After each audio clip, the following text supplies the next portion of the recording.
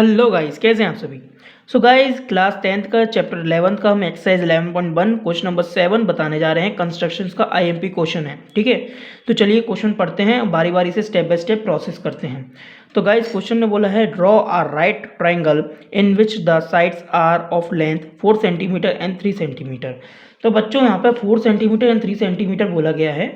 तो हम इनमें क्या करते हैं, इनमें मैक्सिमम वैल्यू ले लेते हैं, कौन सी 4 सेंटीमीटर वाली, ठीक है। मैक्सिमम ही लेना चाहिए, जिससे थोड़ा क्या रहता है, आपको इजी पड़ जाता है सवाल, है ना। मेरे ख्याल से मैं आपको यही सजेस्ट करूँगा, बाकी आपकी इच्छा है, ठीक है।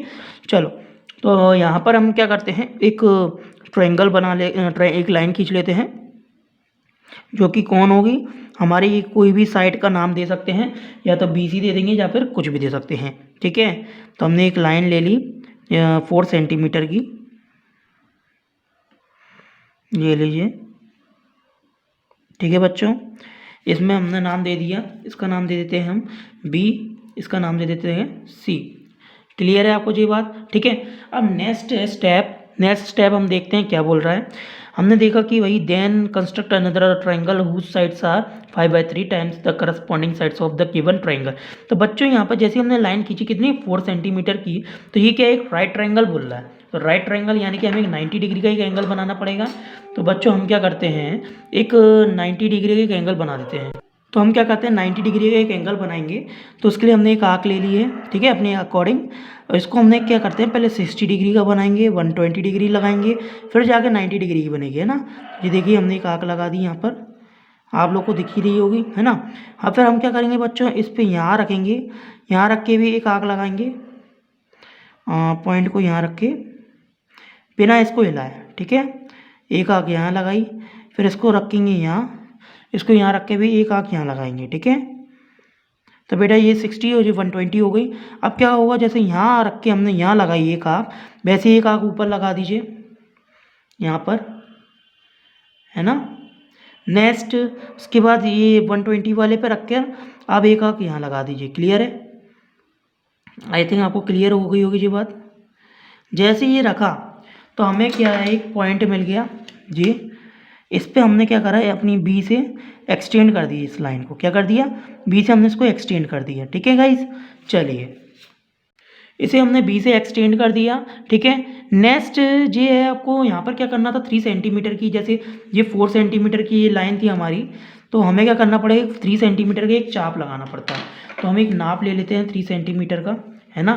तो ये देखिए मैंने एक 3 सेंटीमीटर का एक चाप ले लिया, देखिए आर्क। और इसको क्या करेंगे, इसको हमें क्या करना पड़ेगा, काटना पड़ेगा। किस पे रख के बता रहा हूँ, देखिए B पर रखकर एक चाप हमने 3 सेंटीमीटर का यहाँ काटा, ठीक है। तो ये यहाँ कहाँ पर कट रहा है बेटा, जी हमने जहाँ पर हमने ये चाप लगाया था 90 डिग्री का, तो यहाँ से स्ट्रेट गया था, तो यहाँ कट रहा है। तो बेटा ऐसा ज़रूरी नहीं है कि यहाँ पर कट रहा है, क्योंकि हमने यहाँ देखिए 60 डिग्री का ये एंगल लेंगे, ये हमने बड़ा लिया था इसलिए ये ज़्यादा ऊंचा पहुँच गया। अगर हम छोटा लेते तो ये नीचे पहुँचता, लेकिन बनता तो स्ट्रेट राइट ही, है ना, राइट ट्रायंगल ही।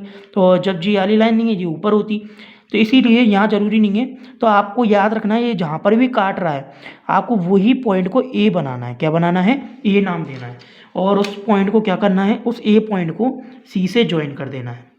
क्लियर है ये बात। चलिए, तो C से हमने क्या कर दिया, उसी A पॉइंट को ज्वाइन कर दिया। अब बच्चों हमने क्वेश्चन में पढ़ा कि then construct another triangle whose sides are 5/3। तो आप सभी जानते हैं कि ये 5/3 है, 5/3, इसको 3 से 5 में डिवाइड मारने कर, 3 से अगर आप 5 में डिवाइड मारेंगे बच्चों, तो इतना आप सभी जानते हैं कि 3 से 5 में मारने पर कोई भी जो वैल्यू आएगी वो आएगी 1 से बड़ी। क्या आएगी बेटा, 1 से बड़ी। अगर 1 से बड़ी आएगी, यानी कि अगर 1 से ये वैल्यू कोई भी जो आती है वो ग्रेटर आती है, तो इसका मतलब ये हुआ कि हमें जो ट्रायंगल दिख रहा है, इस ट्रायंगल के आउटसाइड बनाना पड़ेगा कोई अनदर ट्रायंगल जो हम बनाने जा रहे हैं। तो आउटसाइड यानी इस ट्रायंगल के आउटसाइड यानी बाहर की साइड, जो हमने पिछले क्वेश्चन में भी बनाया था।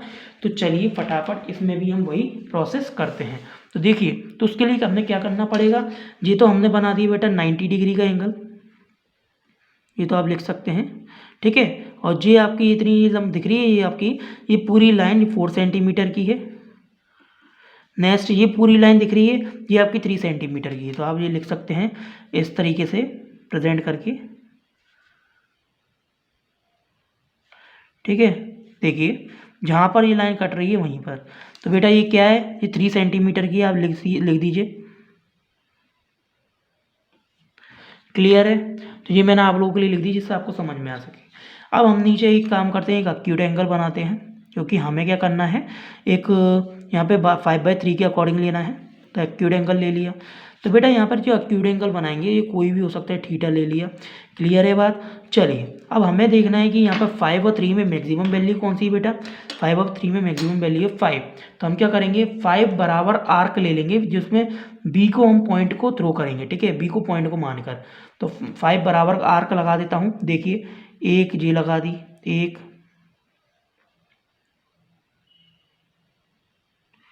2 3, वेट वेट वेट वेट, हाँ 3, ये यहाँ पर रख के 5 लगा देते हैं। ये 3, 1 मिनट बच्चों है, 3 के बाद ये 4, ठीक है, और ये हो गए 5। बच्चों आप लोग ढंग से कर लीजिएगा, ये प्रकार की थोड़ी चाबी ढीली हो गई थी, इसी रीज़न से थोड़ा हिल रहा था। चलिए मैंने इसको फिर भी ठीक कर दिया है, ये सही है। अब हम यहाँ पे इसकी नेमिंग कर दें, जैसे बी है तो ये है B1, B2, B3, B4, got it. और ये B5, इतनी बात समझ में आ गई। और जो आगे जो लाइन बढ़ रही है इसको हम दे देते हैं नाम Z। ठीक है गाइस। और यहाँ पर जैसे ये स्ट्रेट फॉरवर्ड लाइन गई हुई है ना, तो इसको थोड़ा और बड़ा कर देते हैं, एक्सटेंड कर देते हैं, जैसे यहाँ तक कर देता हूँ। तो इसको नाम दे देता हूँ बच्चों मैं Y। देन नेक्स्ट ये BC वाली लाइन जो दिख रही है बच्चों, अब यहाँ पे बाहर की साइड ट्रायंगल बनेगा, तो BC वाली लाइन है, इसको थोड़ा एक्सटेंड कर देते हैं ऑलरेडी, है ना। इसको इतना एक्सटेंड कर देते हैं जिससे इसको दिक्कत ना है। ठीक है, क्लियर है? इतनी बात समझ में आ गई। अब देखिए 5 पॉइंट हमने बना लिए क्योंकि मैक्सिमम वैल्यू 5 थी। अब यहाँ पर देखिए डिनोमीटर में कौन है, 3, तो हम क्या करेंगे, 3 है ना, तो B3 को किससे मिला देंगे, C से। B3 को हम C से मिला देते हैं बच्चों, मिला दिया जो क्वेश्चन के अकॉर्डिंग था। नेक्स्ट अब हमें क्या करना है, यहाँ पर 5 नंबर की जो रे है, देखिए इसमें न्यूमिनेटर में, देखिए डिनोमीटर में 3 तो हमने B3 को C से मिला दिया। अब न्यूमिनेटर में कौन है, 5, तो यहाँ पे देखिए 5 यानी कि B5 जो दिख रहा है, B5 यानी कि B3C की जैसे B3C की जो लाइन है उसी की पैरेलल यहाँ पे B5 पे एक लाइन बनानी है। तो उसको बनाने के लिए हमें क्या करना पड़ेगा, हमेशा की तरह हम जो करते हैं वही करेंगे। जैसे कि एक चाप ले लेंगे, यानी कि आर्क ले लेंगे, है ना। एक आर्क मैं अपने अकॉर्डिंग ले लेता हूँ, ढंग से लीजिएगा, ध्यान से, केयरफुली। ठीक है, देखिए ध्यान से लीजिएगा। ठीक है गाइस, आई होप आपको दिख रही होगी, कोई दिक्कत तो नहीं आ रही गाइस, दिख रही है ना आप लोगों को, देख लीजिएगा, कोई दिक्कत आए तो बताइएगा। ठीक है, चलिए सेम बराबर इसको बिना हिलाए B5 पर रखिए।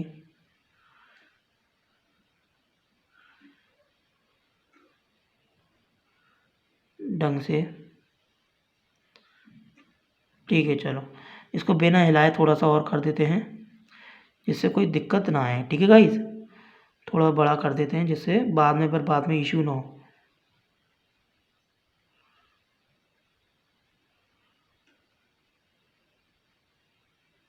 चलिए हो गया। नेक्स्ट इतना होने के बाद अब हम क्या करेंगे बच्चों, इसका मेज़रमेंट करेंगे। किसका मेज़रमेंट करेंगे, इस पॉइंट को यहाँ रखा, इसको यहाँ रखा, इसको हमने इससे मेज़र करा। ठीक है, इससे मेज़र करा, करने के बाद हम क्या करेंगे, इसके बराबर एक यहाँ पर एक लाइन खींच देंगे, कट कर देंगे। ठीक है,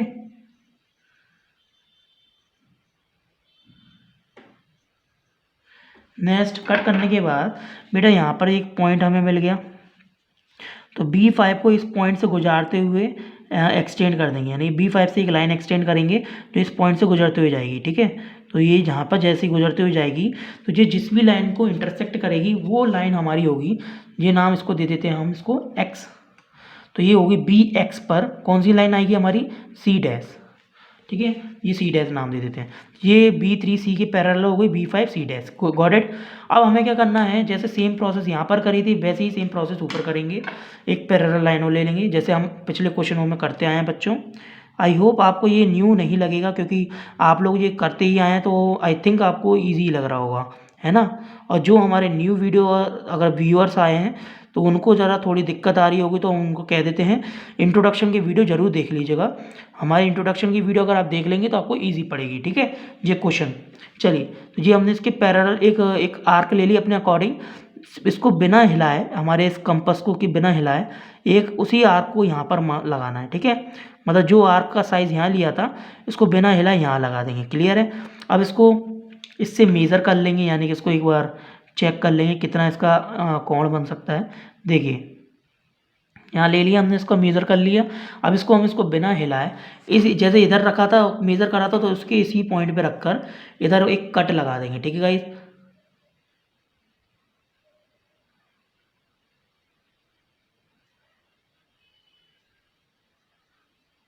ठीक है, एक कट लगा देंगे। तो यहाँ पर एक ये पॉइंट दिख रहा है, ये कट जो कट हो रहा है, इंटरसेक्ट हो रहा है, तो सी को हम क्या करेंगे, एक्सटेंड कर देंगे इसी पॉइंट से।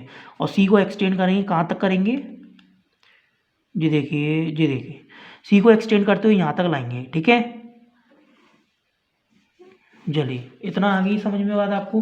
तो यहाँ लिया है, तो यहाँ लाए, तो यहाँ पर बच्चों क्या हुआ, हमें एक पॉइंट मिल गया जिसका नाम है ए डैश। क्या नाम हुआ, ए डैश। तो ऐसे करके क्या हुआ, ए सी पैरेलल हुई ए डैश सी डैश के, ठीक है। अब आपको पता ही है पैरेलल लाइन बन गई तो इसके करस्पॉन्डिंग एंगल भी इक्वल होंगे। ऐसे ये वाली लाइन पैरेलल है तो इसकी करस्पॉन्डिंग एंगल भी इक्वल ही होंगे। तो ये डायग्राम हमने पूरा बना दिया गाइस। अब इसकी हम कंस्ट्रक्शंस करते हैं, जो कि आप लोगों के लिए मैं यहाँ पर लिख देता हूँ, फिर आपको स्टेप बाय स्टेप समझा दूंगा, जिससे आपके टाइम भी कम लगे, ठीक है। चलिए, हेलो गाइस, सो देखिए मैंने आप लोगों के लिए कंस्ट्रक्शंस लिख दिया है साइड में, लाइन बाय लाइन, जो हमने स्टेप बाय स्टेप किया था। तो आज ये समझते हैं। कंस्ट्रक्शन दिया है जिसमें हमने क्या करा था, पहले एक पीसी पॉइंट खींचा था जो कि 4 सेंटीमीटर का था। तो देखिए, draw a ray B x, यानी बी एक्स रे, जो मैंने नाम पहले बाद में दिया था ना एक्स, तो इसी रीज़न से दिए थे, क्योंकि मैं पहले भूल गया था आपको यहाँ पर नाम देना, बिकॉज यहाँ पर हमें ये लाइन एक्सटेंड करनी थी, और जब ये पॉइंट जहाँ पर भी रुकता तो उसके आगे अपन नाम देते। तो मैंने पहले लिख दो, draw a ray B X and intersect a line segment B C. तो बी एक्स पर ये बी सी लाइन है जो 4 सेंटीमीटर की है। नेक्स्ट हमने क्या करा था बच्चों, हमने 90 डिग्री का एंगल बनाया था। तो draw a ray Y making an angle C B Y, जिसमें 90 डिग्री का एंगल बनाया हमने, ठीक है। ड्रॉ अ रे बाय मेकिंग इन इतना एंगल का, ठीक है। राइट एंगल भी लिख सकते हैं, 90 डिग्री भी लिख सकते हैं। नेक्स्ट हमने क्या करा था, एक चाप लगाया था 3 सेंटीमीटर का। तो इंटरसेक्ट बी ए पर 3 सेंटीमीटर का एक सेगमेंट फ्रॉम रे बी बाय, मतलब बी बाय पे हमने 3 सेंटीमीटर एक कट मारा था। देन उसके बाद हमें ये पॉइंट मिल गया था, तो ए को हमने सी से जॉइंट कर दिया था। तो देन जी ए को सी से जॉइंट कर दिया। तो इसी तरीके से हमें क्या मिल गया, एक ट्रायंगल मिल गया जो कि जिसकी रिक्वायर्ड थी, ठीक है। अब नेक्स्ट हम बढ़ते हैं आगे। हमने देखा कि 5/3 जो कि 1 से ग्रेटर निकल रहा था, तो इसी हमें पता चला जो हम अनदर ट्रायंगल प्रिपेयर कर रहे हैं वो आपके इस ट्रायंगल से बाहर की साइड बनेगा, तो इसी यानी आउटसाइड बनेगा। तो इसलिए हमने फिर क्या करा, पहले एक्यूट एंगल बनाया। तो draw a ray B Z यानी G, making an acute angle X by Z, X B Z, theta लगा दी, ठीक है। तो जो कि बी को हमने केंद्र मान के बनाया था, तो ये बन गया, यानी कि सेंटर मान के। फिर नेक्स्ट हमने क्या करा था, बराबर इक्वल चाप लगाए थे 5। तो हमने इंटरसेक्ट 5 इक्वल पॉइंट्स, यानी कि 5 equal points B1 equal B1 B2 equal B2 B3 equal B3 B4 from रे बी जेड, यानी बी जेड पर हमने बराबर पॉइंट पर हमने क्या करा, एक इंटरसेक्ट करते हुए एक पॉइंट, मतलब चाप लगाए, तो हमने लगा दिया है। इस लाइन में अगर कोई मिसिंग लगे बच्चों तो आप बता दीजिएगा। वैसे तो लाइन ये बढ़िया लिखी है मैंने, लेकिन आई थिंक मैंने इसमें थोड़ा शॉर्ट करी है, क्योंकि आपकी बुक्स में ये थोड़ी लॉन्ग दी गई थी, तो मैंने आप लोग के लिए प्रिपेयर कर दी अच्छे से, तो आप लोग को ये ढंग से ईजी पड़ेगी, ठीक है। नेक्स्ट इतना करने के बाद हमने क्या करा, B3 को C से मिलाया, तो बेटा मिला दिया। और जी आप जानते हैं क्यों मिलाया था, ठीक है, क्योंकि जब आउटसाइड जो बनता है, आउटसाइड जो ट्रायंगल बनाएंगे तो उसमें हम देखते हैं कि निम्नरेटर में कौन सी वैल्यू है यहाँ पर। तो देखा कि यहाँ पे 3 थी, तो यहाँ पे B3 को मिला दिया। नेक्स्ट फिर हमने नेक्स्ट स्टेप हमने देखा, इसको करने का एक पैरेलल लाइन बनाई थी, P3C की पैरेलल एक P5C डैश बनाई। तो यहाँ पे ड्रॉ और line segment B5C dash parallel रही B3C के, जिसमें थ्रू द पॉइंट B5 यानी B5 पे हमने इंटरसेक्ट एक लाइन बनाई थी जो कि BX पॉइंट पर C' पर हमें मिलता है।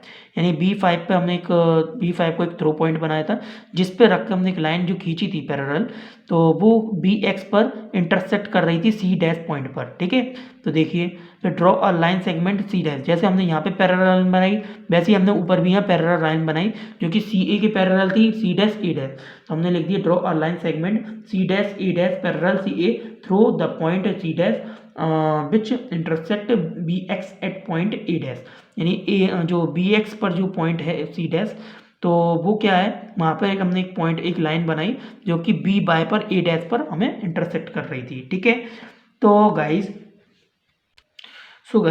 जैसे कि मैंने यहाँ पर C' A' दिया है, तो यहाँ पर मैंने A' लिख दिया, तो कोई इशू नहीं होगा, आप लोग इसे पलट के लिख दीजिएगा। ठीक है, अब दूसरी बात ये है कि देखिए, तो यहाँ पर हमने जैसे स्टेप बाय स्टेप फॉलो करा, हमने उसको आपको क्लियर समझा दिया, तो आप लोगों को समझ में तो आ ही गया होगा। अब बात आती है जस्टिफिकेशन की, तो बच्चों मैंने अपने पिछले क्वेश्चन में भी आपको बताया कि आपको कौन सा क्वेश्चन देखना है, क्वेश्चन नंबर 5, जिसमें मैंने जस्टिफिकेशन को पूरी डिटेल में बताया, इतनी डिटेल में बताया है कि अगर आप उसे देख लेंगे ना तो सेम टू सेम स्टेप इस ट्रायंगल में भी करना है। बट याद रखना, जो क्वेश्चन नंबर 5 में मैंने जो जस्टिफिकेशन समझाया है, तो वो ट्रायंगल टाइप के अगर कोई आपके जो क्वेश्चंस आते हैं, जैसे ये ट्रायंगल में बनाने को बोला जा रहा है डायग्राम, तो वही जस्टिफिकेशन आपका सभी में काम कर जाएगा। लेकिन ट्रायंगल के हटके आता है तो हम आपको तभी बताएंगे। ठीक है गाइस, तो हमने क्वेश्चन नंबर 5 में बताया, वहाँ जाकर वो वीडियो देख सकते हैं। तो देखिए, जस्टिफिकेशन क्या निकालना है मैं ये आपको बता देता हूँ।